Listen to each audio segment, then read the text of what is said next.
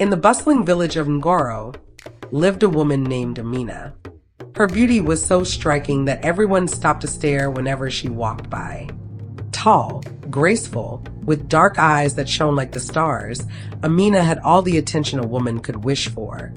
But there was a problem. People only noticed her looks.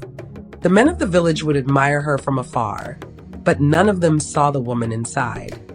"Amina, you're so beautiful," they would say, but no one ever asked about her dreams or the things that made her laugh. Amina longed for someone who saw her heart, not just her body. One evening, as she walked home from the market, a young man named Tund, a traveler from a faraway land, spotted her. He was different. While the others admired her beauty, Tund simply smiled and asked, "How was your day, Amina? What makes you happy?" For the first time in her life, Amina felt seen. But was this the love she had been waiting for? Or would she once again be judged for her appearance? The next day, Amina couldn't stop thinking about Tund. She hadn't expected someone to care about her beyond her looks. As the days passed, she saw him more often around the village, always asking her questions that made her think deeply. "How do you feel about the rain, Amina?" he asked one afternoon as they sat under a tree. "Does it remind you of anything?" Amina smiled, surprised by how much she could share with him. "It reminds me of the time when I was a child," she said, "when I used to run in the rain with my sister, laughing until we couldn't breathe. The rain felt like freedom." Tund listened intently, never interrupting, his eyes focused on her words. For the first time, Amina felt like someone truly cared about the depths of her soul. But her joy didn't last long. The other men in the village began to notice that Amina was spending more time with Tund. They didn't like it. "Who is that outsider?" one man muttered.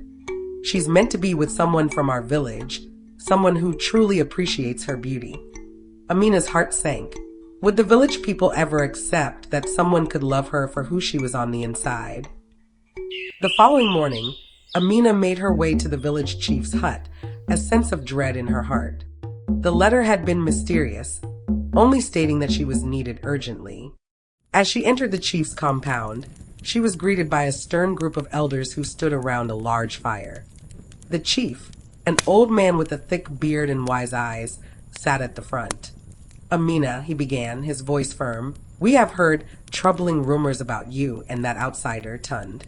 It is said that you are neglecting the men of this village for someone who does not even belong here."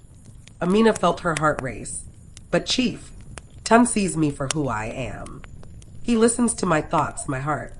Why does it matter if he is from another village?" she pleaded. The chief shook his head. "You are a beautiful woman, Amina. Your beauty is a gift from the gods, and it is your duty to marry a man who can ensure the strength of our village." The word stung. Amina had spent her whole life being treated like a prize to be won, never as a person with her own desires. Tund stepped forward, his face calm but determined. "Chief," he said, his voice steady, "I don't seek to take Amina away from her people. I simply want to know her, to understand her heart. What's wrong with that?" The elders looked at each other in silence, unsure how to respond. Amina felt her chest tighten. Could Tund truly stand against the entire village? The chief glared at him. "You are a stranger here, and your words are an insult to our ways. Amina belongs to this village, and we decide what is best for her." Amina took a deep breath, her heart pounding. She could feel the weight of tradition pressing down on her. "I don't want to marry someone just because of my looks," she whispered, mostly to herself. But the chief wasn't down. "Then you must choose," he said, his eyes cold. "Either you marry someone from this village, or you leave and never return." The ultimatum hung in the air like a heavy storm cloud. That night, Amina couldn't sleep. Her mind raced with the decision she had to make. Tund was offering her an escape from the chains of expectations, but was she ready to leave everything she knew? The village, her family, the people who had watched her grow. As dawn broke, Amina sat by the river, staring at her reflection in the water. Her beauty had always been her curse. It was time to choose. Did she want to live for herself, or for what others expected her to be?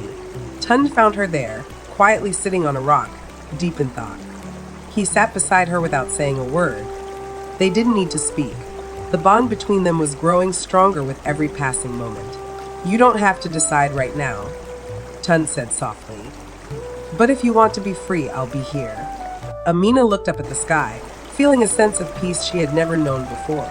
But the chief's words echoed in her mind. The next morning, Amina opened the door to find the chief's messenger, holding a scroll in the end.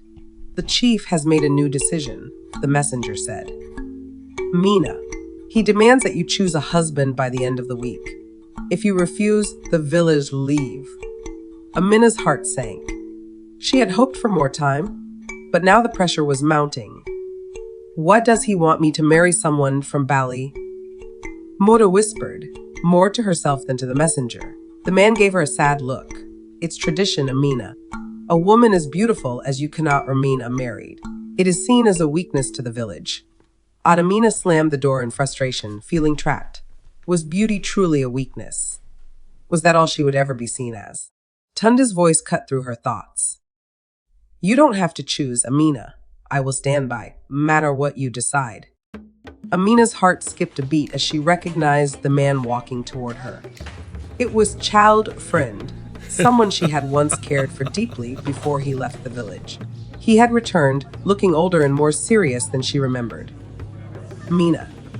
Juna, but his eyes quickly narrowed when he saw the tension in the air. I heard about the chief's decision. Amina nodded silently, emotions mixed. Her emotion Juma. Tund has shown me what love can be, but my village expects me to marry someone here. I'm being torn apart. Juma stepped closer, his voice low. I've always known you were more than just your beauty, Amina. I'm back because I want to marry you, if you'll have me. Amina's heart raced. Juma had always been kind to her, but was he offering her real love or just another life of expectations? Tunda's eyes locked with Juma's, the tension between them palpable. Amina deserves to be loved for who she is, not because of a promise or a duty, Tund said, his voice firm. Juma scoffed, stepping forward. And you think you can just walk in here, a stranger, and offer her freedom? She belongs here, with her people. She should be with me. Amina stepped between them, holding up her hands. Enough. I will not be made to feel like a prize to be fought over. I will choose my own path. Juma looked hurt, but Tunda's expression softened. I don't want you to choose out of obligation, Amina. I want you to choose because you want to. The village seemed to hold its breath as Amina stood between them, feeling the weight of her decision. Amina walked to the center of the village. The chief and the villagers gathered around her. Her heart raced with uncertainty. She could feel the weight of the moment. This was her decision to make, her life, her love. She turned to the chief, her voice clear. I marry for beauty or for duty. I will marry for love, true love, the kind that sees me for who I am, not just what I look like. And Amina looked at Juma. Both men waited for her to speak. I choose a freedom, she said, her voice steady. I choose love that sees my soul. The chief's face turned red ways. Amina. Amina stood tall. I defy a life lived for others. The voice that interrupted was that of Amina's mother. Enough, she said. Step in fright. Love is not something to be chosen for us. It's something we find on our own. But the crowd fell silent. The chief looked at Amina. You've chosen love, he asked. Amina nodded. True love, the chief sighed. Then you may leave. But remember, Amina, you are free to choose, and not everyone will understand. Amina smiled, turning to Tund. I'm ready to live for myself now. Tund smiled back. Then let's begin this journey together.